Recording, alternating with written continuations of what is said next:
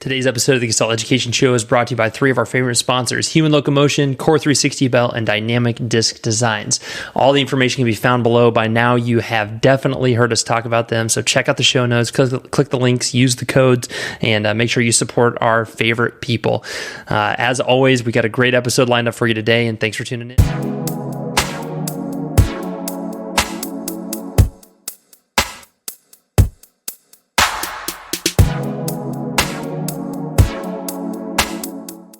All right, everyone, welcome to another episode of the Gestalt Education Show. Today we are in Chesterfield, Missouri. We are off of day one of the DNS World Congress. Brett, this is our second big Congress. We waited for this one for years. Yes. To get them on. Yes. So we got our white whale, Pavel Kolar and Alena Kobesova. And so this weekend is literally all about DNS. This is a passion project of both of ours, honestly. DNS has been part of your journey in this musculoskeletal health continuum for literally the last 20 years. Yeah.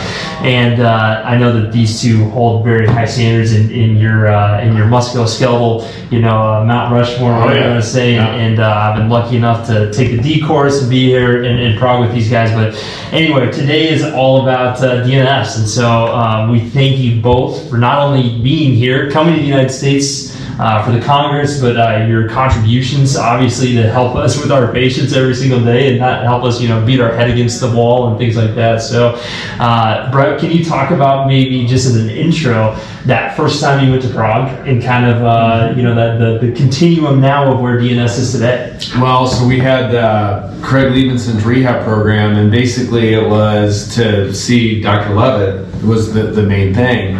And then Pavel had the last day of this 5 days that we were there, and I was the patient. So there wasn't a translator, there wasn't even really notes, and I was having a shoulder problem at the time. And because I was a patient, I just remember getting done with Pavel and literally feeling like someone had stapled my shoulder blade to my rib cage, in a good way. I felt so stable. And then we started bringing Pavel over to the United States and Alena and to St. Louis and then to California. And then I was just following them whenever I could. So wherever they were in the United States, like Redondo Beach or St. Louis, I dropped whatever I had to hang out with them. And it's just so inspiring. I think even watching Pavel today with the patient, I think it's just at a different level. So for sure, yeah. I think that was kind of the big inspiration that I had, and I think it's hard because it's like looking out into the ocean, sort of. I think that's how I think of DNS. You can never. Yeah, you just always learn more, and there's so many different layers, and I think that's... Yeah, so obviously we're going to get to Pavel. We want to, we're going to kind of dive into the origins of DNS and stuff like that, but Alena, she doesn't like to talk, and she doesn't like to talk about herself, but Alena is one of the most underrated neurologists in the world, and so Alena, can you kind of talk about, one, how you hitched your wagon to Pavel and to DNS, and then also, from your perspective, how much DNS has changed even in the last, 10 years for me, in that whole continuum? I met Pavel through Karel Lewit. I shared an office with Karel Lewit for probably a decade, and one day, I was a young neurologist. I worked at a neurology department, and Pavel said, well, I am going to meet this young PT, his name is Pavel, and I think this is the future of rehabilitation, you should meet with him as well. So basically Karel introduced me to Pavel, and then maybe you know the story, when one day Karel Lewit came to my office and said, well, they called me from Australia, so I should do a presentation at Australia, but my legs would swollen during such a long flight, so I said you would go, so you will go to the conference. I said, well, I was really a medical doctor practicing for less than a year. I said, well, traveling to Australia sounds good, I'll do it. Who will pay for it? He was like, don't worry about it, you will just go. So I said, okay, this is a nice trip, but he didn't tell me that I would be a keynote speaker of the whole conference. At that time, I didn't really speak English. So I pushed Karel to do a soft tissue videotape, At that time it was VHS videotape, and I memorized like 11 pages of a text. And I survived the whole event in Australia, and they said they would be coming to Prague to follow us, and I said, well, there is nothing about me to follow, but there is this PT, Pavel Kolar, and he has a staff to introduce, so come to Prague and I will arrange an event with Pavel Kolar. And so this was the first time I started to work with Pavel. Also, they invited us to Australia, so next year I was invited to come again. I said, I'm not gonna come alone, I will bring Pavel. And we had maybe 10 slides and 2 minutes of reflex stimulation video, and that was all the material to teach for 5 days. 5 days. How have you seen Pavel evolve over the last 20 years? Like, what are the big things you've noticed or seen? For me, the biggest thing was that for 3 years I worked in neurology, but only thanks to Pavel I started to understand neurology. At the neurological department I learned about spastic signs, for example, but I never understood why, what does it mean? And then I was following Pavel, and I understood that neurological diseases, it's ontogenesis backwards. It's like the more disturbance you have, closer the posture to newborn is. And I started to understand neurology thanks to Pavel. And that was the big spark for me. I said, well, this makes sense because he logically explains what I see on my neurological clients. So that was probably the biggest inspiration to me. And early on, like the courses were a lot of reflex locomotion. So what was it that kind of like, moved it to DNS from the more of the reflex locomotion from the beginning?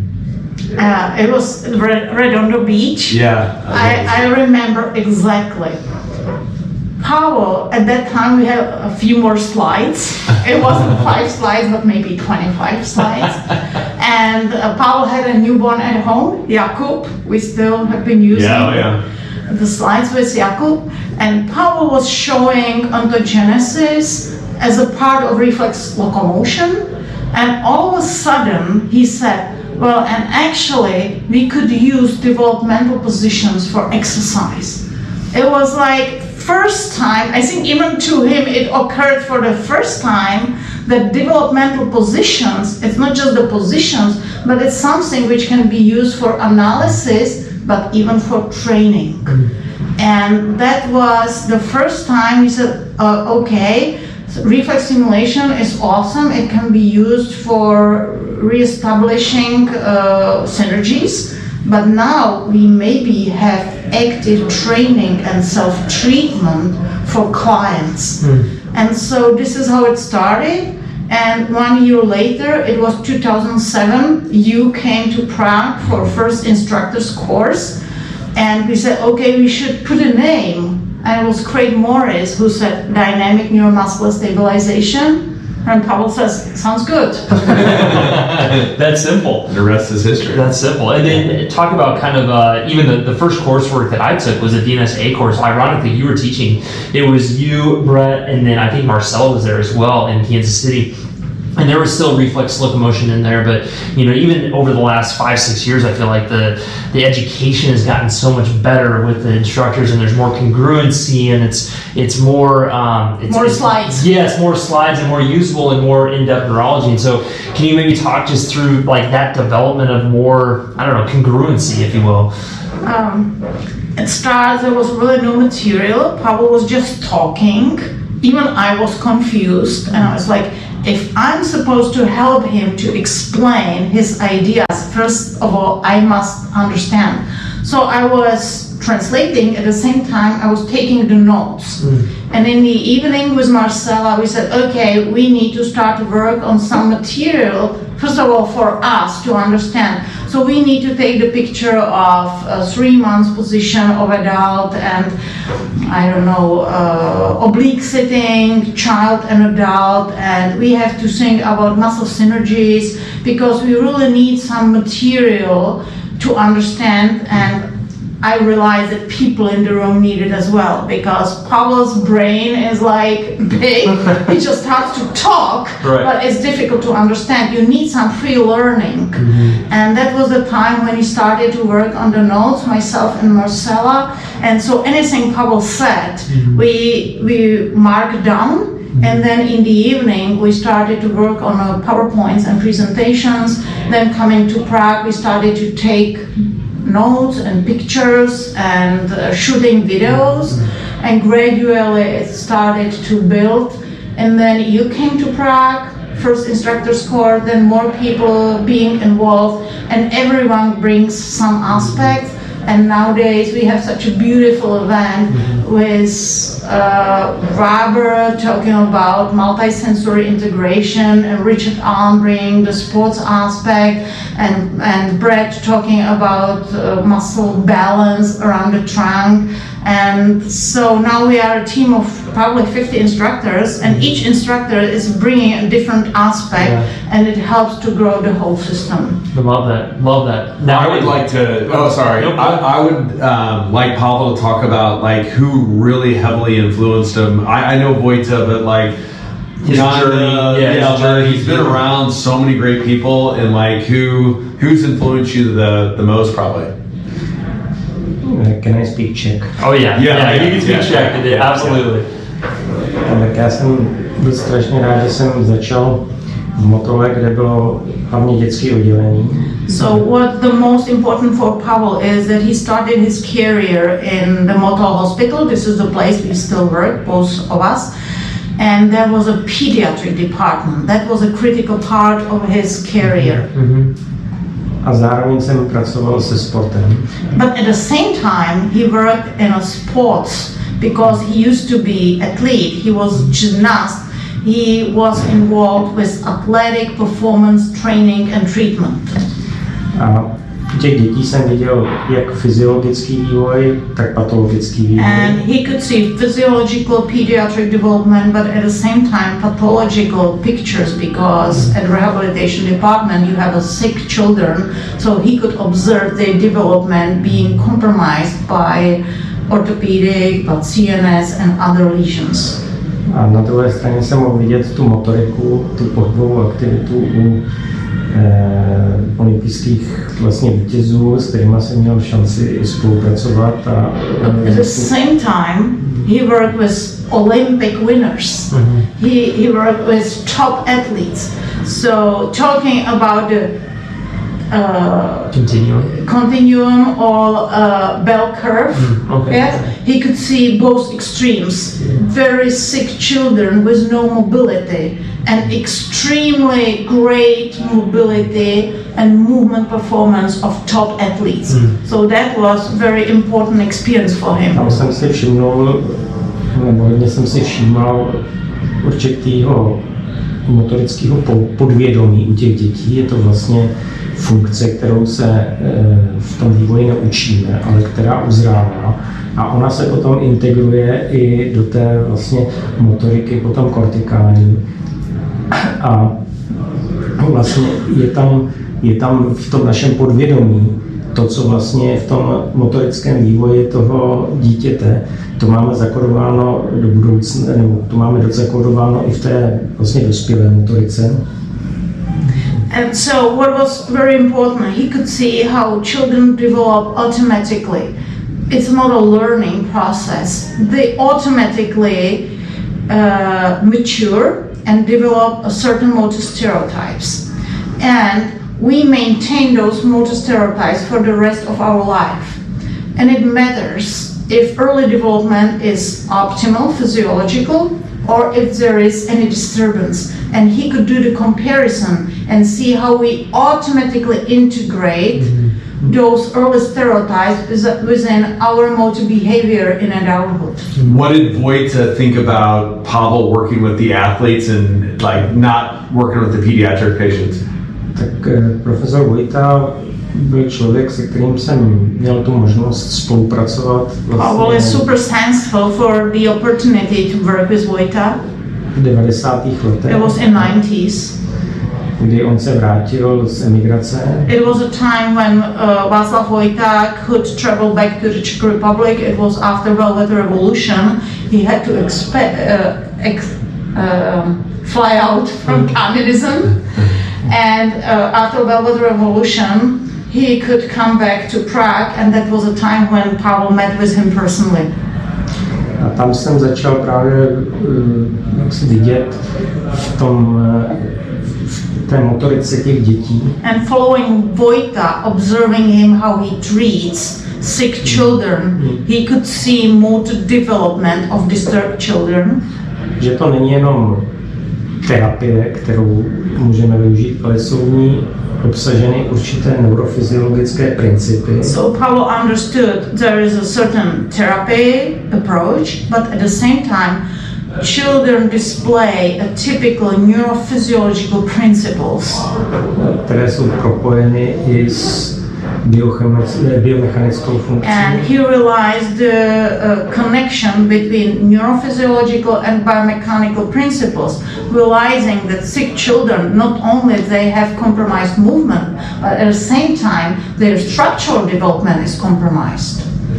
A je to vlastně něco, co je stejné třeba u našich emocí, že máme určité podvědomí stejně jako mají šimpanzi, nebo stejně jako mají nižší druhy. So, i v té motorice máme určité motorické chování, které je součástí určité vlastně složky subkortikální, která je základem určitého uvažování i v určitých reflexních vztazích. Oh, this is tough. Anyway, I guess the message is that we have automatic motor behavior, like animals do. And this automatic motor behavior is influenced by other aspects, like, for example, emotions. We don't even realize it, but via emotion we change our posture and movement stereotypes. We move differently if we are super happy or if we are under depression. And so Pavel realized that reading a posture is very important in clinical assessment. Did Vojta ever talk about the diaphragm or intra-abdominal pressure? Because none of those pictures showed. Vojta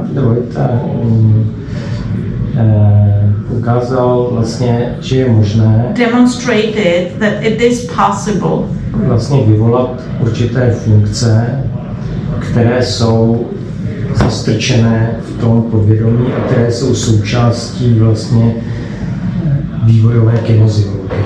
So he demonstrated it's possible to evoke muscle synergies, which are kind of unconscious. We develop them through early ontogenesis, and sometimes we lose the muscle coordination, but through stimulation it's possible to evoke it again.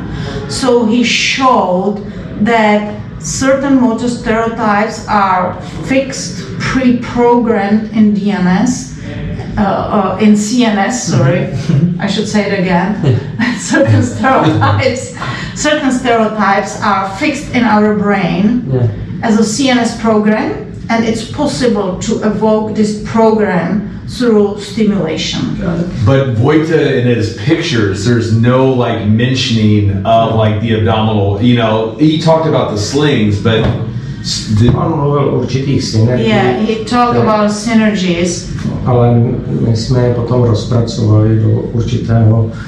But Pavel went further, analyzing the synergies in details, and it was Pavel who started to talk about intra-abdominal pressure, cooperation between diaphragm and the pelvic floor and spinal uprighting. It's based on Vojta's skills and knowledge, right.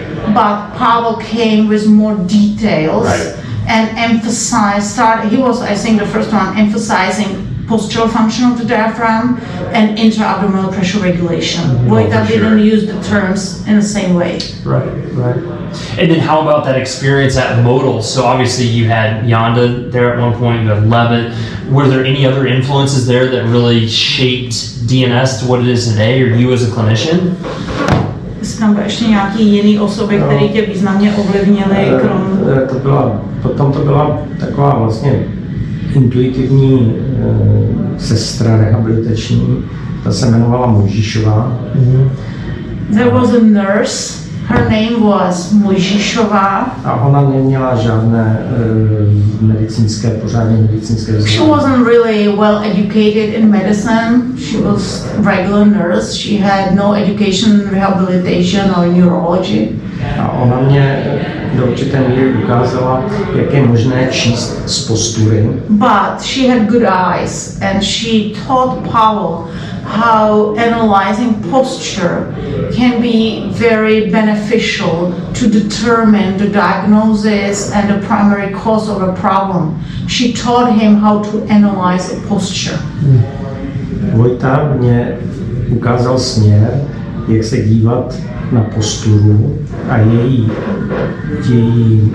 typologii z pohledu neurologických postižení už od dětského věku. So Vojta taught Pavel how to analyze a posture from a neurological standpoint, and he demonstrated how sick children, disturbed children, how they have typically disturbed posture. That was Vojta. If you have problem, it's cerebellum, basal ganglia, frontal lobes,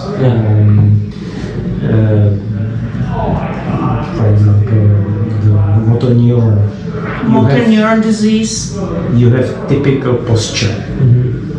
You can read over posture the neurological finding from baby's age.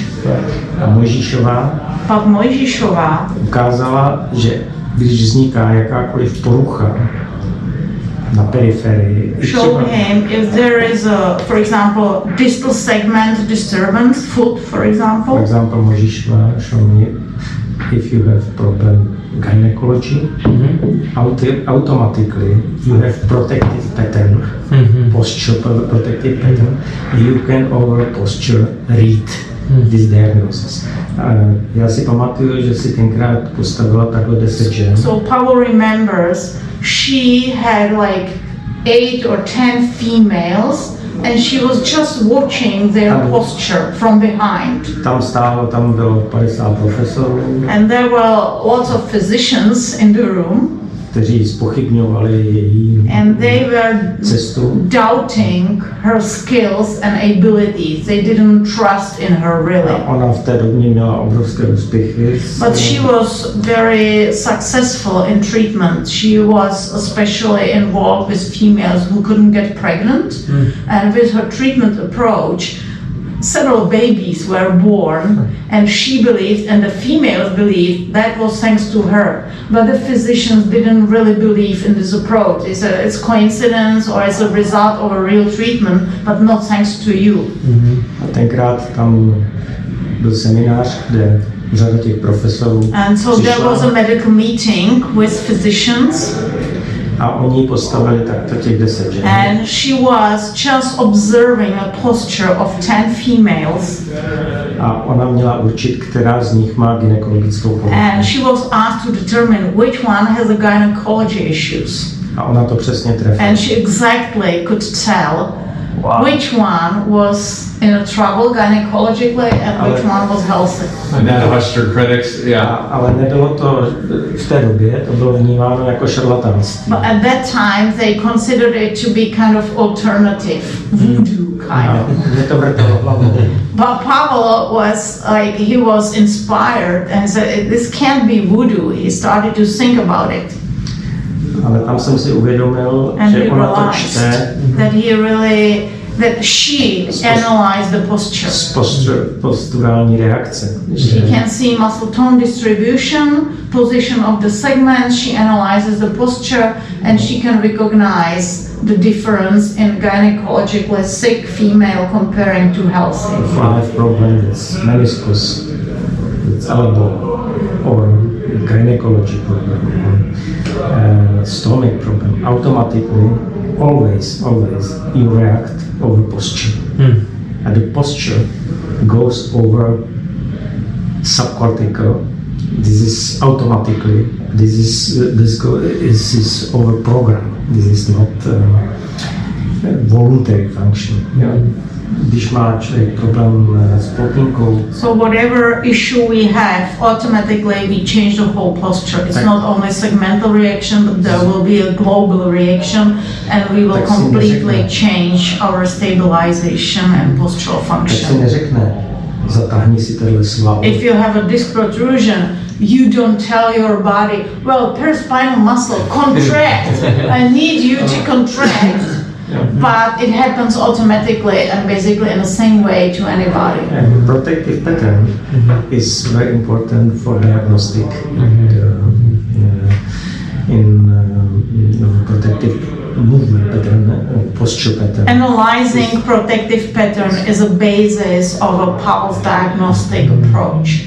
Well, and I think that that's initially, Brett, what really intrigued you more and more the more time you spent with Pavel, is this idea of a protective pattern and the idea of the body leaving almost breadcrumbs from injuries, from gynecological issues and things like that. And so, I think that that's probably what still intrigues you and I to this day. And so the body can adapt and compensate, and that's what's so amazing about the body. And I think like now, I feel like the evidence-based group is like missing the boat on this, because the critics of DNS would say that we're critiquing movement too much, and people are scared to move because it's not the perfect pattern, and I just think that's wrong. But do you have a comment on that? Do you know what I'm talking about? Like I understand, that obviously there's always variability, and I think this is what matters. No one comes to your office with all movement stereotypes to be 100% perfect. Even Olympic winner, top athlete, you will see some abnormalities in their movements. What matters is they can adjust it, they can change it, they have variability.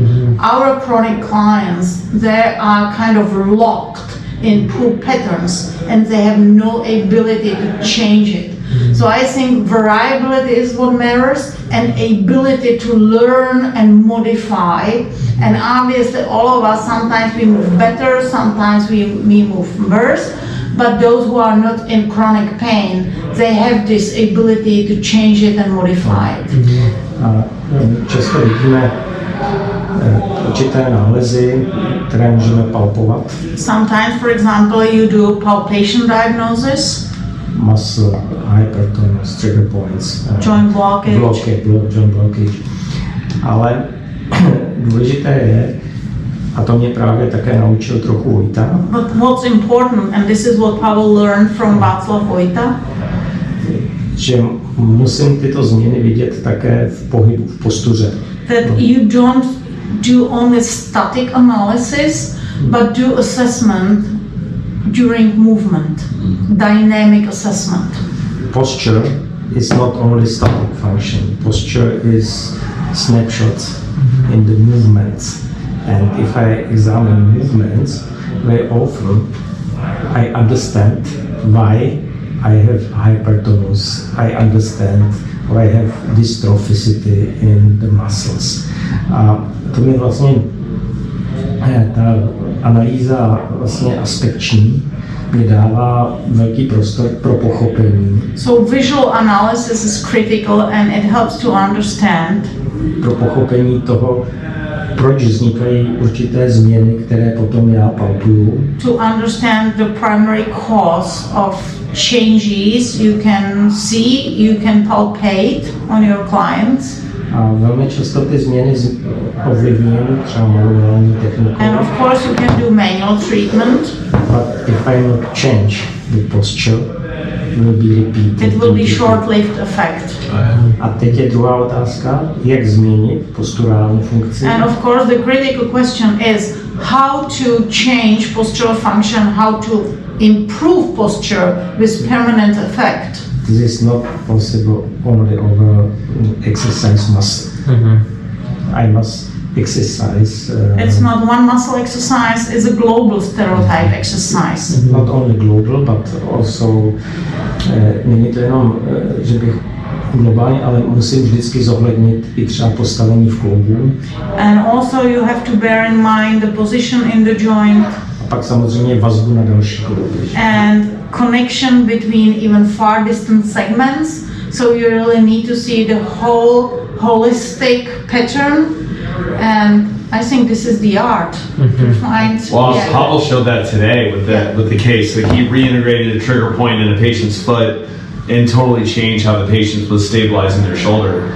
And I think a lot of people give lip service to that, but then not many people are actually good at like buying into that, you know. So, well, I think we live in a world where it's easy to say, well, that person's serratus anterior is weak, therefore we need to exercise it. And in reality, the brain is what controls whether or not that serratus anterior is activated or not. And so I think that's the beauty of DNS is that we're not picking on certain muscles, right? Like you said, to your point, we're picking on patterns, how the body chooses to move. And I think that, you know, there's another knock that why are we choosing baby positions for people that are different anatomical positions and lengths and stuff like that? And I think it all comes back to neurology and it all comes back to the brain. So, do you have anything else to comment on that? Or when someone says like, oh, why are you doing baby exercises to help with your patient? Jak odpovídáš těm lidem, kteří říkají, že vlastně trochu nesmyslný používat ty vývojové pozice, kdy třeba ta anatomie těch dětí je jiná než u dospělých?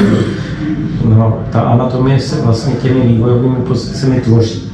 No. The anatomy is under the influence of developmental positions. Ten posturální vývoj má vlastně formativní vliv. So the postural development has a great influence on skeletal formation, formative influence. A významně souvisí zde právě ta neurofyziologická složka toho vývoje s tou anatomickou. So it's perfect demonstration of interconnection between neurophysiology and anatomy.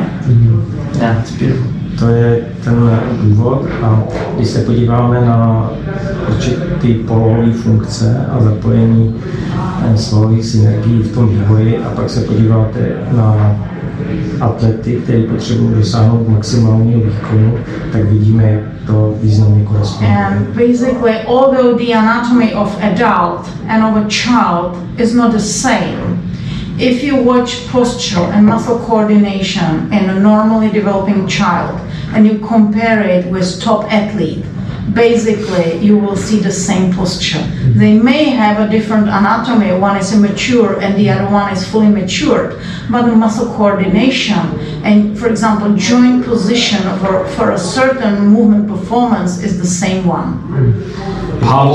My používáme hodně právě těch podvědomých funkcí toho vývoje. And so this is a subcortical. The child is not aware of a movement. The top athlete focuses on a goal, on a sports performance, but not on muscle coordination. So it's involuntary automatic muscle coordination, and it's basically the same in physiologically development babies and in perfect top athletes. I náš jazyk má svoji funkci. And we have to bear in mind that, for example, even a tongue is integrated in postural locomotion pattern, vision, respiratory function. It's one body. Ten příklad mezi tou podvědomou a volní hybností je například, když se podíváme nahoru. So, automatic function, when you look up, you inhale automatically. with Pavel's but cortical function, we can look up and exhale. Exhale. Yeah. You can override. You can override. Yeah. This is you override it with cortical function. Pavel has a huge experience working with a variety of top athletes. How much is genetic in these like upper level athletes, and how much can be trained? Tak k tomu, aby se člověk stal olympijským vítězem, to je statistická chyba. To become Olympic winner is a statistical error. We call that an outlier. Yeah. Skutečně to, i když člověk trénuje od rána do večera, tak musí mít vysoký stupeň genetický. So there are many aspects to be so good. So even if you train 10 hours a day, it's not enough. You need genetic prerequisite to be good at a certain sport. My současně kde to vidíme třeba na sledování neurovizuálních funkcí. So for example, we run a research on neurovisual function.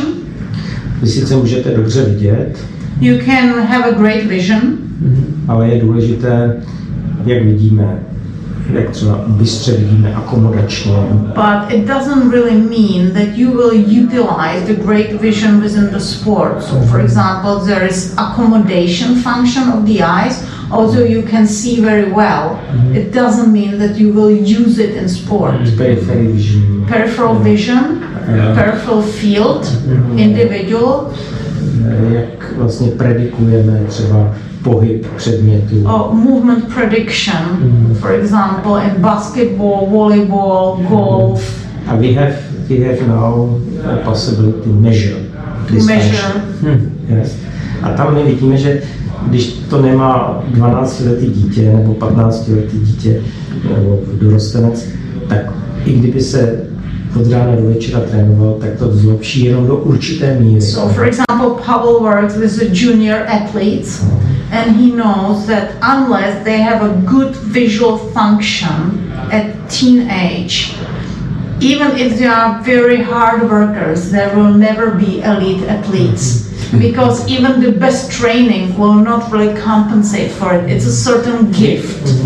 You can be good. You can improve for example, gymnast or different sport, but no tennis or ping pong or sports which need which depend on a visual function. So to a certain extent, it can be trained, but at the same time, you need a certain talent. And it's a gift you are born with. Yeah. Well, I think you told a great story today about a father bringing their child to you to say, are they going to be good at basketball, or I forget what the other sport was, and through snowboarding, through a good neuro exam, you found out that there was actually a lesion on the brain, a cyst on the brain. And so I think maybe if we could just go down the assessment piece of like, can each of you maybe just encourage our listeners, inspire us. Why is a neuro exam so important when it comes to our first initial assessment? And then how can it be used as an audit for that case or as a just track your patients to see if they're actually getting better? Proč je pro tebe to neurologické vyšetření tak strašně důležitý? To v rehabilitaci zase jako nebývá ten základ. Tak neurologické vyšetření je pro mě důležitý, protože velmi často se mi stává, třeba jenom za loňský rok, jsem měl několik desítek pacientů, kteří přišli třeba s plotinkou nebo s nějakým somatickým pohybovým problémem, ale byl to první příznak nějakého neurologického nemocnění. Neurological assessment is a cornerstone for Pavel, and it happens quite frequently. Even this year, he has seen quite a few patients. They came with a back pain, for example, but actually the back pain was resulted from a neurological disease. And so Pavel was the first one who said, this is not just a back pain, you have Parkinson's disease, for example, or you have a cerebellum dysfunction. So neurological assessment sometimes helps you to find a key problem of even musculoskeletal issues. A stejně tak je to i třeba s interními problémy. But the same is true for internal diseases, visceral. Já jenom za leden jsem měl 4 pacienty, kteří přišli s určitými obtížemi rameno, záda. Just in January, Pavel saw 4 patients who came with musculoskeletal problems. Ale byl to tumor pankreatu. But it was a tumor of pancreas. Takže já mám za loňský rok 24 prvozáchytů. So last year he was the first physician identifying oncological disease, but the clients came with musculoskeletal issues. Proto je pro mě důležité, aby na klinice, kde pracuji, So therefore, at our rehabilitation department, fungovala nejenom ortoped nebo it's important that we communicate with orthopedists, PTs, neurologists on a daily basis, multidisciplinary Immunology, approach. DNS. It's not just a cliche, it's our everyday life. Right. movement system, posture system is whole organism, Whole body. whole body. If I have problem, immunology problem, neurology problem, And metabolic problem. Yeah, Or, all integrated. How does he separate? Obviously, if we have any kind of internal organ dysfunction, then we're going to have manifestation in our musculoskeletal system. So is it just that all those findings come right back? That's how he knows? Or how does he know what the visceral problem is just by looking at the musculoskeletal system? Jak to prostě poznáš, když děláš tu posturální analýzu, nebo jak poznáš, že zatím stojí třeba ten interní problém? no a je to tak, jak to poznala ta Mojžíšova, že to má svoji specifikum a člověk musí rozeznat, to už je potom... There are certain characteristics, specific patterns, and it's experience. It depends and on what it is. Training your eyes and your hands. It's Right. experience. Knowing right, good versus not good, knowing Yes, what it should be yes. versus what it should Ale be. mohli vidět třeba toho sportovce, jak jsem ukazoval, toho Even mladého kluka, Today athlete we have analyzed. with cyst. Oh no, not today. Yeah. No. The one we talked about. I was gonna say, holy smoke. The case report Pavel demonstrated today. Jo. My jsme viděli naprosto zdravý chlapec, který přichází Basically he was healthy. jo, bez nějakých obtíží, spíš jenom na konzultaci. He s had těma- no issues. It was really consultation about the sports performance. And Pavel diagnosed him with quite serious CNS problem. And no one knew before that. Vidíme, že má minimální symptomatologii. And he had no neurological symptoms or minimum, but Pavel just saw the posture of the hand and he said, this is weird. This is something I never see in a normal movement. A já si myslím, že je hrozně důležité, aby každý lékař, ať je to ortoped, And so neurolog, Pavel considered internista, it to be critical that any physician, neurologist or orthopedist or pediatrician, or chiropractor, or PT, uměl vyšetřit napříč obory. should be able to do kind of a thorough analysis Klinicky. clinically. Clinical. Symptomatology. We should know a little bit orthopedic assessment, neurological assessment, internal assessment, postural assessment. Clinical, not instrumental. Very often come patients and has a problem in the Hip. low back or hip and neurologist tell this is orthopedic problem, this is neurological problem.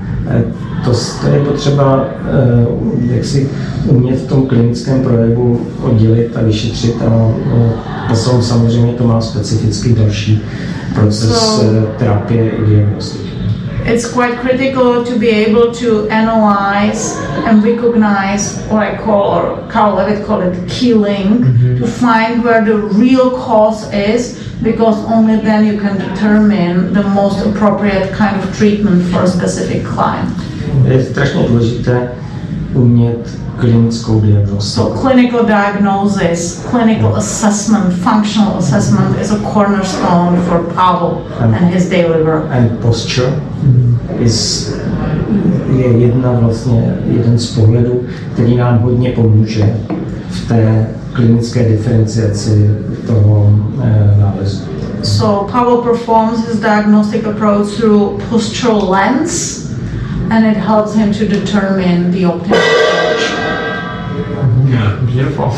It's kind of hard too because I feel like the more imaging that gets done, MRs, CTs, then the less our physical exam. Do you guys notice that in the Czech? Because that's how it is here. Já vždycky říkám, pojďme si vzít pacienta, který má obtíže se zády třeba, a pojďme nejdříve ho vyšetřit a pak teprve popsat a říct, jak bude vypadat rezonance, a ne se podívat na rezonanci a z nich. Says first do assessment. Don't ask any questions. Don't perform any instrumental assessment. Just do clinical assessment and try to determine what's the problem. Only then you ask the question, you take personal history, and you refer them to imaging studies, for example. Because if you start with MRI, you already are biased. Já velmi často začnu s pacientem jeho vyšetření, abych neměl předsudek. So yeah, not to be biased. Pavel says just don't say anything, let me do the analysis, and only then we will talk, and then I will refer you to a specific assessment, instrumental assessment I think you should take. Snažím se přečíst vlastně, So read the kde posture. ten pacient má, protože dneska jsme se o to snažili u toho. Like today, Pavel tried with baseball athlete, and he could determine the issue, was the elbow pain. Right. Yeah. I love that. Well, guys, thank you. I know that we're testing your English and your translation, Alena. It's we so appreciate each of you. This won't be that last time, so you're not going to get away scot-free. We're going to do this again sometime. Hopefully in Prague next time. Maybe that'll be. Is this your guys' first podcast or not? Have you done it? Yeah, I think it's first podcast we did together. I did several myself. Obviously, Pavel did many podcasts in Czech. Yeah. We have never done such a thing together. I love it. Oh, It's a show, right? We're dancing and all that stuff. So, anyway, Pavel, thank you so much. Alena, thank you Our pleasure. for bringing that brain to us. I think Thanks that for bringing us to here. Yes. It's our pleasure to be here. Oh, absolutely. And we are amazed by the full room. Hopefully, all the people will show up tomorrow. Yeah, exactly. They'll be too drunk. That'll be fine. It won't be no big deal. But anyway, guys, we appreciate it. If you're here for the DNS World Congress, we thank you. Check out DNS courses coming up, rehabps.com. And until next time, guys, good luck with patients. Thank you. Thank you very much. I hope you enjoyed this episode of the Gestalt Education Show. If you liked it, share it, subscribe to it, send it to your friends, send it to someone that needs to hear this message. We really want everyone to be able to tune in and get the best clinical advice that they can, which we're hoping that we're giving to you with these special guests. So if you have any questions, please feel free to reach out to us, or if you have any suggestions on upcoming conversations, let us know. For a list of our upcoming courses, we're adding them all the dang time. So go to gestaltedu.com, click on courses, and they'll all be right there for you. All right, have a good day.